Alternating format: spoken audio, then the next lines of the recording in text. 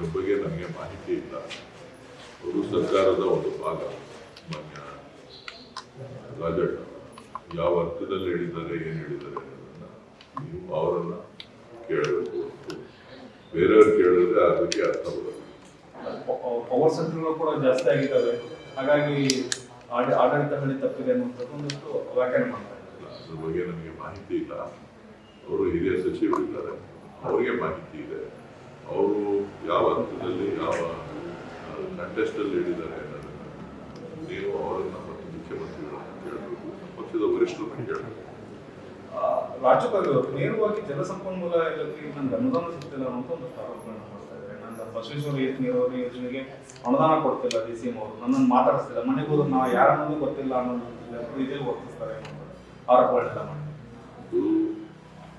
ಆರೋಪ ಮಾಡಿದ್ದಾರೆ. ಮುಖ್ಯಮಂತ್ರಿಗಳು ಅವರ ಸರ್ಕಾರರು ಮಾತನಾಡ್ತಾ ಇದ್ದಾರೆ.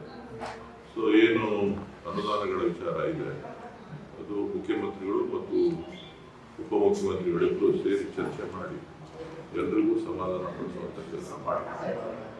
ಕಳೆದ 2 ವರ್ಷದಿಂದ ಕೂಡ ಶಾಸಕರು ಹೇಳ್ತಾನೆ ಇದ್ದಾರೆ ಅನುದಾನ ಕೊರತೆ ಇದೆ ಅನ್ನುವಂಥದ್ದು.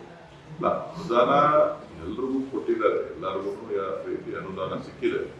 ಆದರೆ ನೀರಾವರಿ ಇಲಾಖೆಯಲ್ಲಿ ಸಾಕಷ್ಟು ಹೆಚ್ಚು ಹಿಂದಿನ ಸರ್ಕಾರದಲ್ಲೇ ಅನುದಾನಗಳ ಅನುಮೋದನೆ ನೀಡಿರೋದ್ರಿಂದ ಕಾಮಗಾರಿಗಳಿಗಾಗಲೇ ಸಾಕಷ್ಟು ತಗೊಂಡಿರೋದ್ರಿಂದ ಎಲ್ಲ ಯೋಜನೆಗಳು ಕೂಡ ಕನಿಷ್ಠ 300 ಕೋಟಿ 500 ಕೋಟಿ 1000 ಕೋಟಿ ಈ ರೀತಿ ಒಂದೊಂದು ಯೋಜನೆಗಳು ಕೂಡ ಬರುತ್ತೆ.